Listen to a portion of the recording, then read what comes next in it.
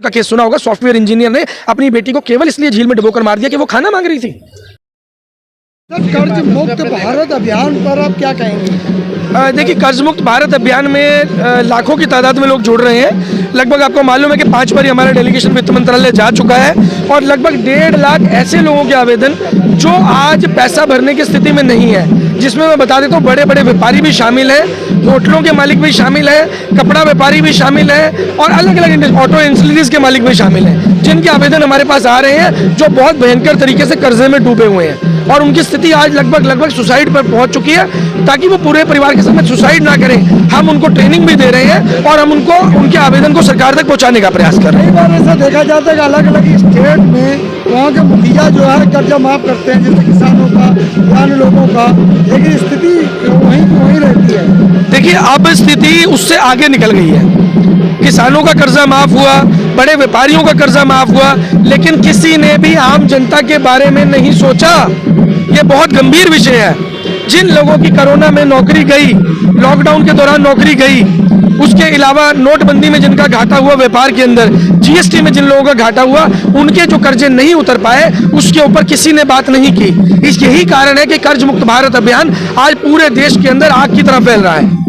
लेकिन गरीब लोगों का कर्जा माफ नहीं होता, जबकि अडानी का, बाबा रामदेव का मोटा मोटा कर्जा माफ कर देती है। 12,000 करोड़ माफ किया गया है। 12 लाख करोड़ नहीं, टोटल अगर मैं आंकड़ा दूं तो 25 लाख करोड़ है पिछले 8 साल का। गरीब जनता का कोई भी 1 रुपया भी नहीं है। आम आदमी ने भी एक ही वोट दिया था और अडानी साहब ने भी एक ही वोट दिया था, तो वोट सबने एक दिया है, तो एक व्यक्ति की कीमत 25 लाख करोड़ और बाकी जनता की कीमत 0 नहीं हो सकती। देखिए, जनता को कोई रोजगार दे नहीं सकता। जनता बहुत समझदार है, बहुत इंटेलिजेंट, और खासकर भारत की युवा, भारत की जनता बहुत इंटेलिजेंट है। आप केवल अवसर दे दो, वो सब कुछ कर लेगा। लेकिन आज की तारीख के अंदर आपने देखा होगा, एक MBA चाय वाली जो बिहार के अंदर थी, उसकी चाय की रेहड़ी चल पड़ी तो 4 दिन के बाद में ठेले को तोड़ दिया गया। वो पढ़ा लिखा युवा जो काम करना जानता है, उसे सब कुछ मालूम है, लेकिन अगर आप उसे मौका नहीं देंगे या उसे कुचलने का प्रयास करेंगे तो क्या होगा, यही होगा। लेकिन सरकार के रोजगार दे रहे हैं, जैसे कि आपने देखा कि उन्होंने सर्टिफिकेट भी बांटे थे जी गुजरात के अंदर मोदी ने, तो वो तो कह रहे हैं कि हम दे रहे हैं रोजगार। देखिए, आप कह रहे हैं रोजगार का अर्थ थोड़ा सा अलग है। नेताओं के हिसाब से रोजगार होता है कि जो उनके कार्यकर्ता हैं। मैं बताता हूं खुल करके, थोड़ी सी चीज आपको बता देता हूं। आज आपने पूछ ही लिया सवाल। आज की तारीख के अंदर सत्ता पक्ष के अंदर जितने लोग बैठे हैं, उनके सपोर्टर अंधभक्त कौन हैं, वो आपको जानना चाहिए। वो लोग हैं जिनको ठेके मिलते हैं। नाली रिपेयर का ठेका मिलता है, ईंट सप्लाई का ठेका मिलता है, बिल्डिंग मटेरियल सप्लाई का ठेका मिलता है, बिजली का ठेका मिलता है, पानी का ठेका मिलता है। वो लोग हैं जो निजी तौर पर लाभान्वित हैं पॉलिटिकल पार्टियों से। वो लोग अंधभक्ति में हैं, आम जनता अंधभक्ति में नहीं है। मोदी जी तो ये कह रहे कि अमृतकाल चल रहा है, सब खुशहाली है देश में, तो आप बोले कर दीजिए। देखिए, खुशहाली हम चाहते हैं, भारत में खुशहाली हो, हम चाहते हैं, लेकिन हम एक दिन ऐसा भी देखना चाहते हैं जिस दिन अखबार में लिखा हो कि आज किसी भी व्यक्ति ने आत्महत्या नहीं की। आज देश का अखबार उठाइए, हर रोज अखबारों में भरा पड़ा है। पहले एक व्यक्ति आत्महत्या क्या करता था, आज पूरे परिवार अपने बच्चों समेत। आपने एक बेंगलोर का केस सुना होगा, सॉफ्टवेयर इंजीनियर ने अपनी बेटी को केवल इसलिए झील में डुबोकर मार दिया कि वो खाना मांग रही थी। कोई पत्थर दिल बाप भी होगा तो वो भी अपने बच्चे को झील में डुबो के नहीं मार सकता। तो सरकार को झिंझोरा पीट रही, बहुत खुशहाली। तो देखिए, यही अमृतकाल है, यही तो अमृतकाल है, यही तो विकास है। करोड़ लोगों को खाना दे रहे हैं। हाँ, तो ये अब जो जनता जाग रही है कर्जे की वजह से, जो ये दलदल में लोग फंस गए हैं, बड़े बड़े व्यापारी दलदल के अंदर फंस गए हैं, जब उनको कोई रास्ता नहीं दिखाई दे रहा है तो उनको एक उम्मीद की जो किरण नजर आ रही है कर्ज मुक्त भारत अभियान के थ्रू। जो आप जो चला रहे कर्ज मुक्त भारत को, क्या कितना सफलता मिल रही है आपको? देखिए, काफी स्पीड अब बढ़ चुकी है।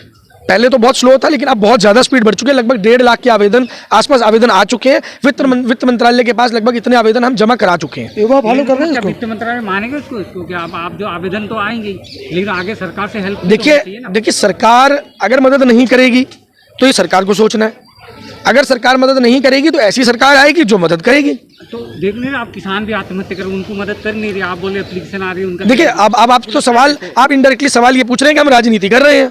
देखिए, इनडायरेक्टली मैं आपका सवाल समझ गया हूं, मैं जवाब भी दे देता हूं। अगर आप ये कहते हैं या मोदी जी को ऐसा लगता है कि हम राजनीति कर रहे हैं, हमारी राजनीति खत्म करना, मैं उत्तर भी दे देता हूं कि राजनीति खत्म कर दो। जितने लोगों का आवेदन आ रहा है उनका कर्जा माफ कर दो, हमारी राजनीति समाप्त हो जाएगी, हम अपना काम कर लेंगे। अच्छा सैनी साहब, देश के युवा आपके साथ जुड़ रहे हैं क्या? देश का युवा का काफ़ी अच्छा रिजल्ट हमारे साथ आ रहा है। बहुत से युवा हैं, आज भी इलाहाबाद यूनिवर्सिटी के कुछ स्टूडेंट्स हैं जिन्होंने प्रोटेस्ट किया है। रेगुलर पूरे देश के युवा जो है हमें कॉल कर रहे हैं, जम्मू कश्मीर से भी, पंजाब से, हरियाणा से, यूपी से, लगभग। कोई सुनवाई तो हो नहीं रही ना, आपने देखा होगा कई स्टूडेंट पहले भी आए दिल्ली में, हाँ। कुछ तो हुआ ही नहीं। देखिए सुनवाई तो नहीं होती ना। ऐसा होता है, अपनी बात सुनाने के दो तरीके होते हैं, या तो आप अपनी आवाज़ को तेज़ कर दो या सामने वाले की आवाज़ से बड़ा शोर पैदा कर दो। जिसका शोर बड़ा होगा उसकी आवाज़ सुनी जाएगी। अब तक क्या हो रहा था कि जो सत्ता पक्ष है उसका शोर इतना ज़्यादा था कि लोगों की आवाज़ कुचली जा रही थी। अब इस सत्ता के अगेंस्ट में जो जनता खड़ी हो रही है उसका शोर धीरे धीरे धीरे धीरे बढ़ता जा रहा है। और आखिर कब तक आप शोर को नहीं सुनेंगे, आप तब तक ही नहीं सुन पाएंगे जब तक आपका शोर ज़्यादा है। जिस दिन जनता का शोर ज़्यादा होगा आपको सुनना पड़ेगा। इतना हंगामा हुआ, इतने स्टूडेंट नीचे आए, फिर कुछ नहीं हुआ, नहीं होगा, नहीं होगा। देखिए अभी सब लोग अपनी लड़ाई लड़ रहे हैं, आपको ये सोचना होगा अपनी लड़ाई छोड़ के आपको सामने वाले की लड़ाई पे उतरना होगा। आप ये मत सोचिए कि पड़ोसी के घर में आग लगी है मैं बुझाने नहीं जाऊँगा, तो आप ये भी भूल जाइए कि जब आपके घर में आग लगेगी तो पड़ोसी भी बुझाने नहीं आएगा। जब पड़ोसी घर में आग चला रहे हैं जी, किस मतलब जो युवा जो हैं जो कर्जे में डूबे हुए हैं, किस तरह से आप उनकी मदद करेंगे और कैसे उसको कर्जे से बाहर निकालेंगे? देखिए सबसे पहले तो एक 20 पॉइंट्स की ट्रेनिंग है जो पहले पेड हुआ करती थी, वो हमने बिल्कुल फ्री कर दी है। कोई भी व्यक्ति आए उसे हम बिल्कुल फ्री ट्रेनिंग दे रहे हैं कि किस किस तरीके से जब भी पूरे विश्व के अंदर मंदी आई तो कौन से वो तरीके अपनाए गए जिसके साथ में उनकी जनता को कर्जे से बाहर निकाला गया। लगभग 20 तरीके हैं मोटे मोटे, और लगभग आपके व्यूअर्स को पता होने चाहिए। जिनको नहीं मालूम है मेरा नंबर आप शेयर कर दीजिएगा ताकि वो लोग मेरे से संपर्क करके करेंगे, मैं ट्रेनिंग भी प्रोवाइड कराएंगे हम उनको। तो कुछ ऐसे हैं जो मतलब मुक्त हुए हैं? बहुत से लोग ऐसे हैं जिनको जो लाभान्वित हो रहे हैं, जिनको पता लग पा रहा है कि हमें अपनी एसेट्स का यूटिलाइजेशन कैसे करना है, एसेट को लिक्विडेट करना है कि नहीं करना है, लिक्विडेट करना है तो कैसे करना है, कौन से कर्जे को हमें पहले उतारना है, किस कर्जे को लेना है, किस कर्जे को नहीं लेना है। ये कुछ पॉइंट्स मैंने आपको ट्रेनिंग के समरी में बताए हैं, लेकिन ये पूरे डिटेल में लगभग 1.5 घंटे का सेशन है। ट्रेनिंग आपकी बिल्कुल फ्री ट्रेनिंग है, कोई 1 रुपये का चार्ज नहीं है। कर्ज मुक्त अभियान से जुड़ने का भी 1 रुपये का चार्ज नहीं है, बिल्कुल फ्री है। अच्छा, आप कह रहे थे कि सरकार जो है कॉर्पोरेट का जो है कर्जा माफ करे क्योंकि सरकार को फायदा होता है। आप कर्जा माफ करवा रहे हैं आम जनता का जी, तो सरकार को क्या फायदा होगा? देखिए मैं आपको बता देता हूँ। आज हम बात कर रहे हैं 5 ट्रिलियन इकॉनमी की। एक बात बताइए, जो व्यक्ति 1 लाख रुपए कमा रहा है, 2 लाख कमा रहा है या 5 लाख कमा रहा है, उसका खर्चा अगर 1 लाख रुपए है तो वो 1 लाख ही रहेगा। 5 लाख कमा लेगा तो 1,10,000 हो जाएगा, 10 लाख कमा लेगा तो 1,20,000 हो जाएगा। लेकिन जो व्यक्ति बॉटम पे बैठा है, जिसको आप 500 रुपये दिहाड़ी देते हो तो 500 रुपये पूरे खर्च कर देता है। क्योंकि आज इकॉनमी क्यों स्लो हुई है हमारी? मंदी नहीं आई है भारत में, सरकार कह रही है मंदी नहीं है, हम जानते हैं मंदी नहीं आई है, लेकिन स्लो डाउन आया है, इसे स्वीकार करना होगा। और वो स्लो डाउन कैसे उठेगा? जब तक उस व्यक्ति की जेब में पैसा नहीं जाएगा। आज मैं जानता हूँ बहुत से लोगों को जो नया कपड़ा नहीं खरीदते कि यार चलने दो, कोई बात नहीं, बच्चों के काम आ जाएगा, बच्चों को खिलाने पिलाने के काम आ जाएगा, बच्चों की फीस भरनी है, तो लोग जो कटौती करने लग जाते हैं उसकी वजह से स्लो डाउन आया। जब उनकी जेब में पैसा जाएगा तो वो पैसा उनकी जेब में रिजर्व नहीं होगा, वो पैसा खर्च होगा। आप कहना चाहते हैं सरकार में जो लोग बैठे हैं वो अर्थव्यवस्था चलाना नहीं जानते? देखिए, जब आरबीआई के गवर्नर एक हिस्ट्री ऑनर्स हों और सत्ता के अंदर बैठे लोग अनपढ़ हों, अंगूठा टेक हों, और मैं ये कह सकता हूँ कि तड़ी पार हों, तो वो लोग क्या देश को चला पाएंगे? ऐसे समय के अंदर एक देश के युवा की जिम्मेदारी बनती है कि वो आगे आए। और वित्त मंत्री भी कहती हैं कि डॉलर के बारे में उन्होंने स्टेटमेंट दिया। देखिए, मैं बोल रहा हूँ ना, अनाप शनाप स्टेटमेंट देना बहुत आसान है, लेकिन आज हमारे देश में वो काबिल युवा मौजूद हैं जो सत्ता में बैठे नेताओं से कहीं गुना काबिल हैं। सिर्फ फर्क क्या है कि उनको उम्मीद की किरण नहीं नजर आ रही थी, अब आज की तारीख में जब उनको दिखने लगा है तो वो लोग आने लगे हैं, धीरे धीरे ही आ रहे हैं, लेकिन आ रहे हैं। यूके से भी ज़्यादा हमारा अर्थव्यवस्था आगे निकल रही है।